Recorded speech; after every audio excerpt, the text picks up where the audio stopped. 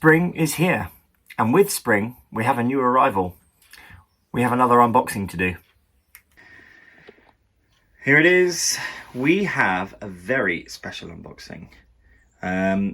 Usually parcels that I have been getting have been coming from America. This one's come from the motherland.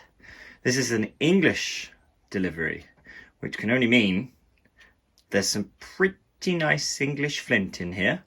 This box has come from a friend of mine who's a fellow English flint napper, the English Flintman. You could check out his YouTube channel.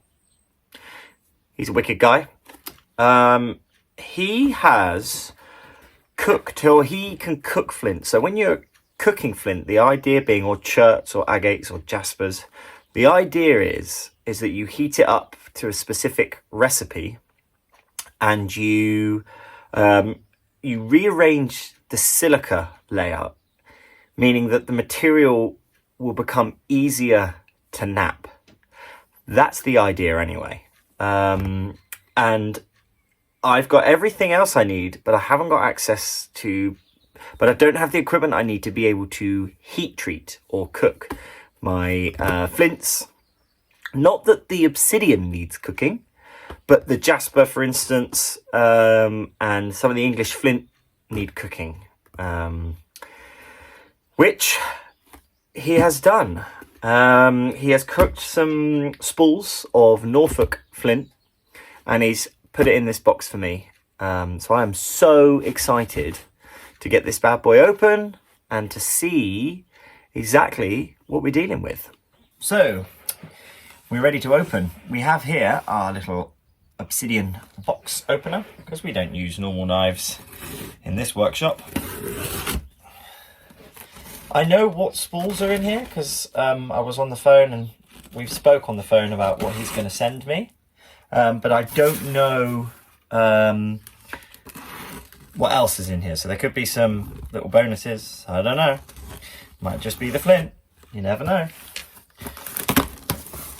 I'm very excited though. Here we go. Packaged like a pro, I may add. Oh yeah. Have a note. Hello Kirk. Put a coaster in as a welcome gift. Hope you like the flint, mate. Regards, David. English flint napper. True gentleman. David's a lovely guy. We've been chatting for quite a while now, a few days, a few weeks even, and we have a lot of similar likes and experiences, and his pieces are great, and his experience in heat treating is absolutely brilliant. We're going to be working quite closely together over the next few months, and he's going to be heat treating some of my jaspers, some of my flints. I'll be making knives out of his material and he'll be making points out of some of mine. So good collab between channels, and that's what it's all about really, especially in the UK, seeing as there's not that many other nappers around. This coaster is absolutely beautiful. It's all different flakes. I can see some jaspers in there. It looks like Keokuk. That's Keokuk. It's got to be Keokuk. There's flint in there, obviously. Some obsidian, I think. There's some obsidian flakes in there. Different agates. This is absolutely gorgeous. What a lovely gift. That is going on my desk. Pride of place. I presume this is something that he makes to sell. I don't know. If he does, check that out. What a lovely, lovely little gift. What a lovely gift that is. Right, let's get into the core of the unboxing here. I'm going to save all this material so I can send it back full of slabs for you to play with. Now I think David said that he's put in some bullhead flint, which I've never worked before. Yeah, this is it, I think. I've never worked this before. Yeah, this is the bullhead. I've never worked it before. Really beautiful material. It's got some really nice colours in it. And apparently there's quite a few like inclusions and things like that. I'm not sure. But yeah, pretty nice. So this is the bullhead flint. It's a beautiful flint. And he said to me, it does come with like a bit of a warning. There's some really random inclusions and things like that. So I think with a nodule like this, I am definitely going to try and slab it to get one arrowhead out of it. Or I may even do this trad napping. It's been a minute since I've used a bopper, so that could be a nice little experiment. I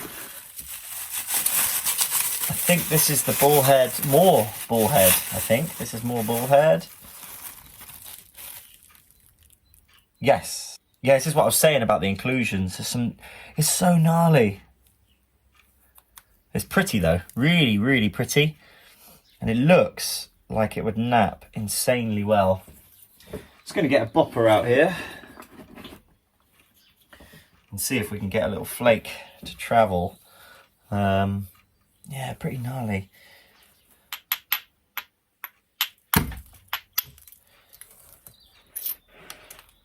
Yeah, look at that.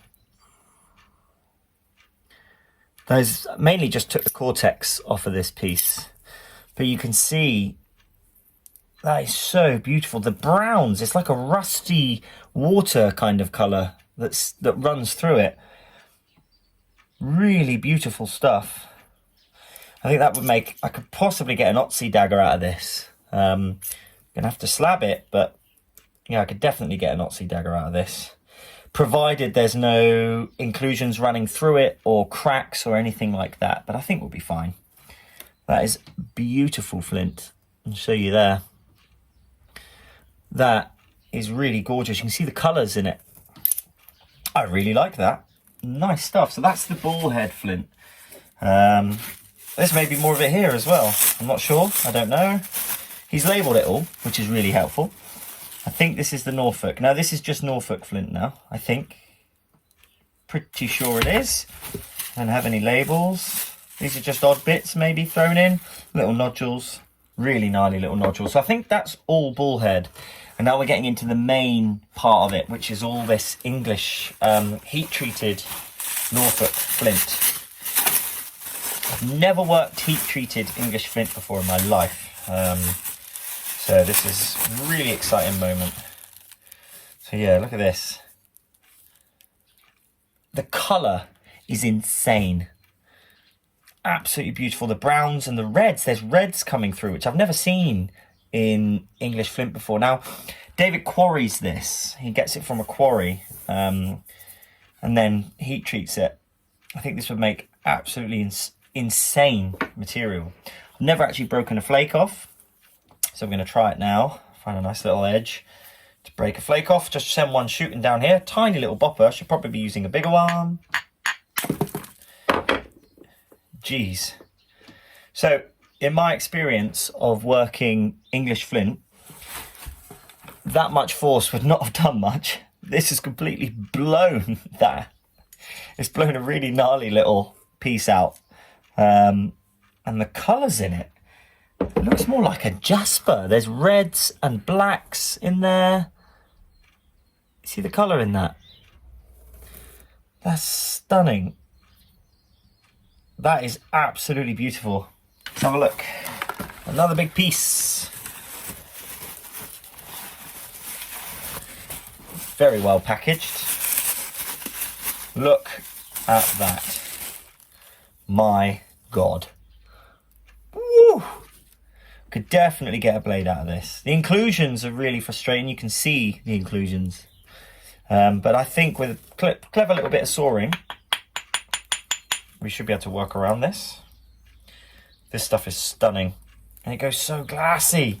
It's so glassy. He said it did go glassy. Yeah,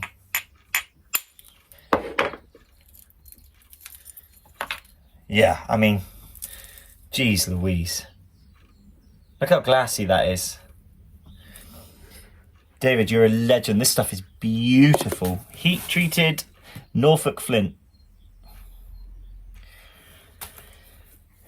There'll definitely be things made out of this. I'm thinking you've spooled it really well as well. I'm thinking you could easily get a big, nice blade out of that.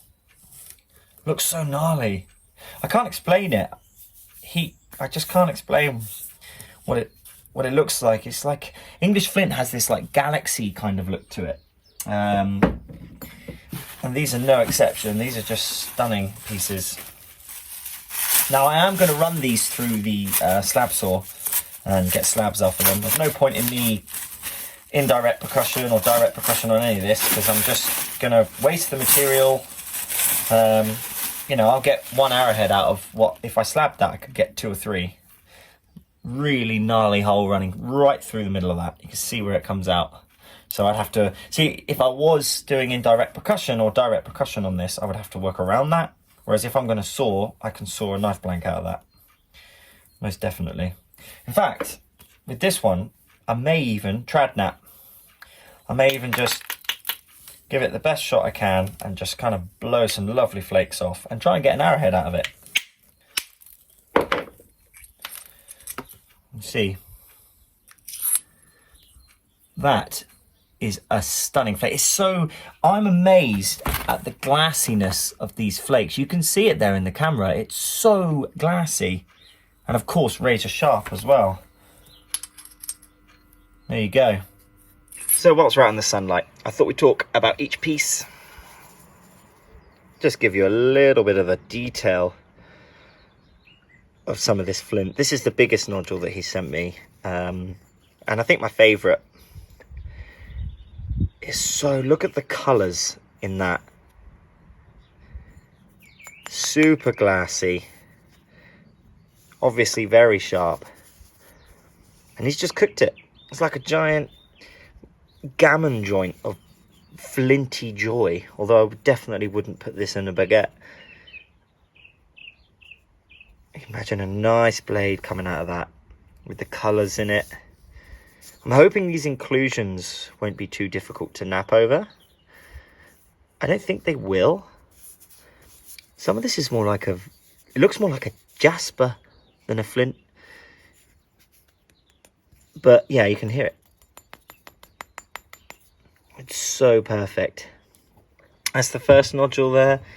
And then the next one, bit of a right angle, but you know, when you're slabbing this stuff, it's easy to just navigate that. Cut it that way, shrink, drink, get a blade out of it, and this bit could cut this way, get a blade out of that as well, or get an arrowhead out of it. Conserve as much material as possible. You can see the colours in it and just how gorgeous it is. The red in there. That's mental. That is absolutely gorgeous. Nice blades that have come off that. You've probably still got them at home. They're going to be wicked. That's the second piece. And here's the smaller one with the big hole running through it. But I have taken a flake off of it. You see the instant, I mean, I've gone on about it, but you can see the instant change from that matte to that gloss. Really nice stuff. I'm really glad I pulled a flake off, and you can see, you know, there's not much force went into that. Usually I use quite a lot of force to drive these flakes, especially on English flint, but I use about the same as I would do a piece of obsidian, really, and it's just flown off. There's a lot of divided opinion as to whether or not English flint heat treats very well. Some people say it doesn't, but after seeing that flake, I'm going to say it does. I'll know more once I've actually fog napped something. I'm going to give it a go. I'm going to cut it down, slab it, grind it, and then actually make a piece out of it. But I'll know more then. But initial impressions are really positive. And then, of course, we get the bullheads. And there's quite a lot of this stuff. Once again, gorgeous colours. I think he has heat treated it because it's very glossy. I think that's the bit I broke off. And that might be the Norfolk, but yeah. This is gnarly stuff. Super cool stuff. Very glassy as well. Yeah, this is the piece that I broke off a minute ago. And once again, super glassy. Great stuff. Really, really nice. So once again, David, thank you so much. Check him out, the English Flint Man. What a great unboxing. I am so excited to get to work on heat-treated English flint. Make sure you check out his channel and stay tuned for more daggers and knives coming soon. And if you've made it this far, thank you for watching. Don't forget to like and subscribe.